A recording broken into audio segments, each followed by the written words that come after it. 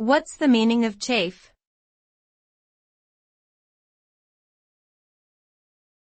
Chafe.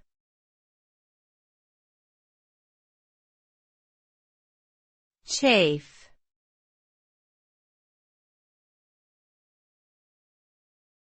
Chafe.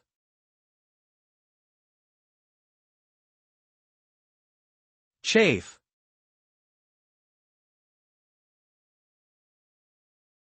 The word chafe can have a few different meanings depending on the context, but one common definition is to cause irritation or friction through rubbing. When something chafes, it can create discomfort or even skin damage due to the repeated contact or pressure. For example, a backpack may chafe against a person's shoulders on a long hike, causing soreness and perhaps even blisters. Similarly, clothing that is too tight or made of rough fabric can chafe against the skin in sensitive areas like the underarms or groin. Overall, chafing often results in physical discomfort and may require changing or adjusting the source of irritation.